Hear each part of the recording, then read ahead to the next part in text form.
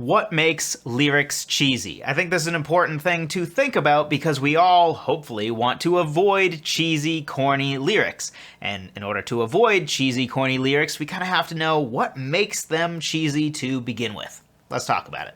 So one thing that seems to create cheesy lyrics is the use of empty words. Now essentially, empty words are exactly what they sound like. They're words that don't really add anything to the song, they're just sort of there. And there are really two reasons why this tends to come up. One is for the sake of rhyme scheme. Very often people will have a rhyme scheme in their song, and before they would even consider just breaking the rhyme scheme, they will force in certain words just to fit the rhyme scheme. Which, by the way, you should never do, because people basically never notice the rhyme scheme unless it's super cringe and corny, which is usually what happens when you have perfect rhymes line after line. It's just like too much. But for the most part, people don't even notice rhymes. You may not realize this, but probably in your top 10 songs, there are several of them that, at least for a whole song section, either break the rhyme scheme or don't rhyme at all. Meter is what is more important. So, first of all, just don't do this, but this is a thing that happens a lot, where you have a word that really doesn't need to be in the line, except to make the rhyme scheme work. The other reason that you often will find empty words in lyrics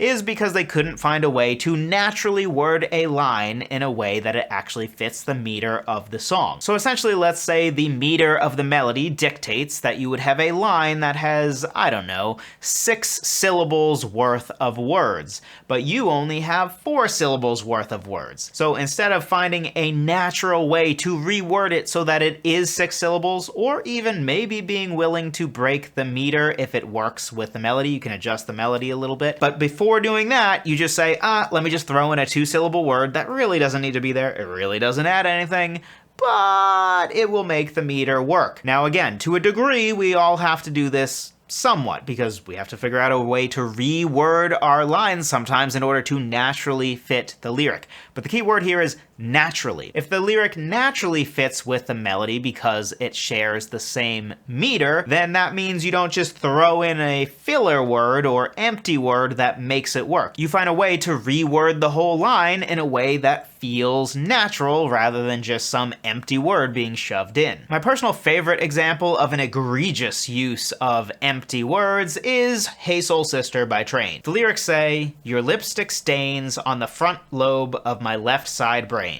Yes, left side brains. What he means is the left side of my head. Why does left side matter? Why would you call it brains when clearly nobody can actually kiss your brain?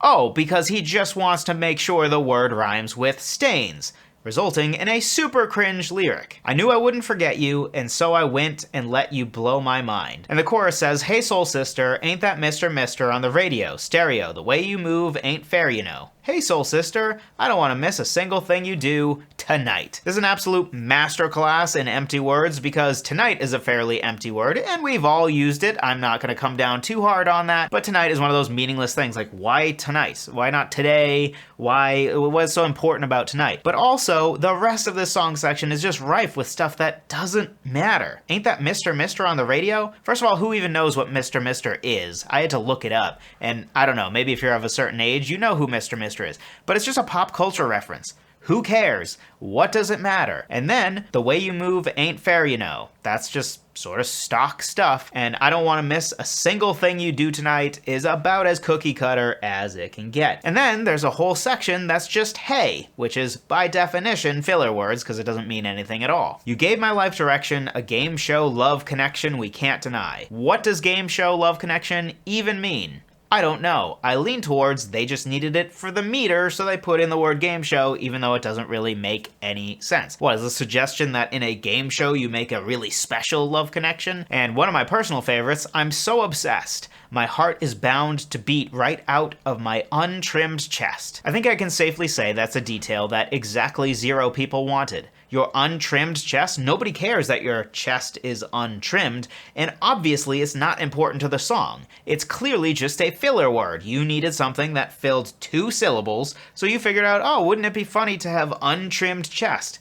No, it wouldn't be funny. It would delegitimize your song and make it super cringe and corny. And I know that many people like this song, but it truly is one of the worst lyrics I have ever seen. It's actually deeply in the camp of embarrassing. And then one of my other favorite examples is in the bridge. The way you can cut a rug. Washing you is the only drug I need.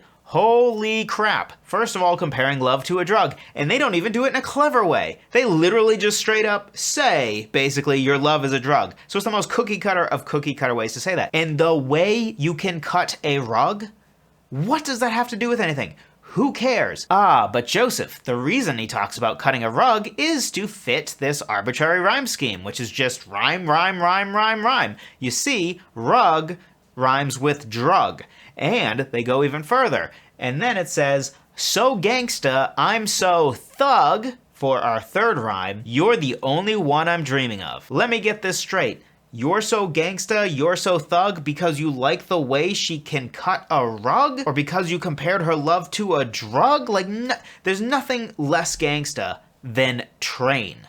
Like, literally, of all the things in all of human history, train has to be the least gangsta thing that exists. Now, we could go on and on, but basically, the main source of the cringe here is actually basically breaking all of the rules that make lyrics super cheesy and cringe. But one of the things they do is a lot of empty filler words. Nobody cares about your untrimmed chest. Your heart is beating out of your chest. That's what you're trying to say. Untrimmed adds absolutely nothing, except for really kind of gross detail that nobody cares about. So, probably avoid this. One great way to avoid this is to not set yourself up for failure when it comes to lyric writing, and a great way to do that is to grab my 6-step lyric writing checklist. It breaks lyric writing down into 6 smaller baby steps that are way easier than just sitting down and demanding yourself improvise brilliant poetry, because most people can't do that.